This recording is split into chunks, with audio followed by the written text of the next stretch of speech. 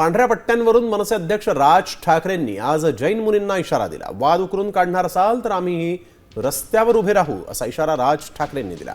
त्यावर जैन मुनी निलेश चंद्र यांनी देखील प्रतिक्रिया दिलेली आहे. तो एक जण कोणतरी आहे, तो त्याला मुनी पण म्हणत नाहीत.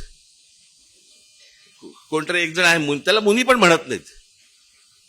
एक कुरळ्या केसाची इथे दाढी बिडी काहीतरी घेऊन फिरतो, त्याला इथे कुरळे केस आलेत.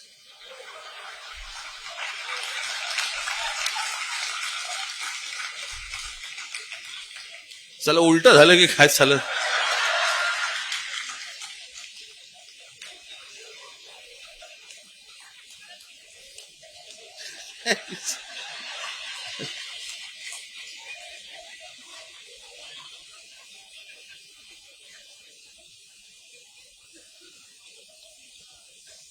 आम्ही हातात बांगड्याने भरल्या. मराठी माणसाचं मनगट पाहिलंय का कधी?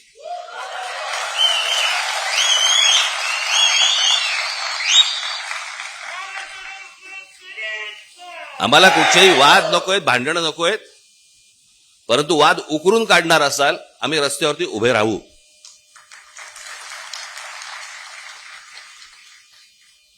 अनेक मुनी यांचे रस्त्यावरती फिरत असतात, हायवेवरती फिरत असतात, सगळीकडे जात असतात. तेव्हा नाही पांढरे पट्टे लागत तुम्हाला. सोसायट्यांमध्ये सांगताय, अस्तित्व दाखवताय. तुमच्या मनगटात किती दम आहे हे महाराष्ट्राची जनता तुम्हाला ओळखते.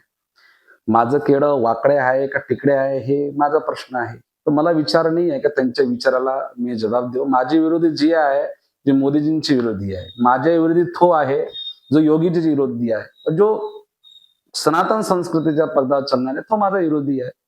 त्यांच्या बोलण्याने थोडी माझं काही होणार आहे. मी त्याला सांगायला इच्छितो की जैन मंदिरातला बसणारा महाराज मी नाही, मी कट्टर सनातनी आहे.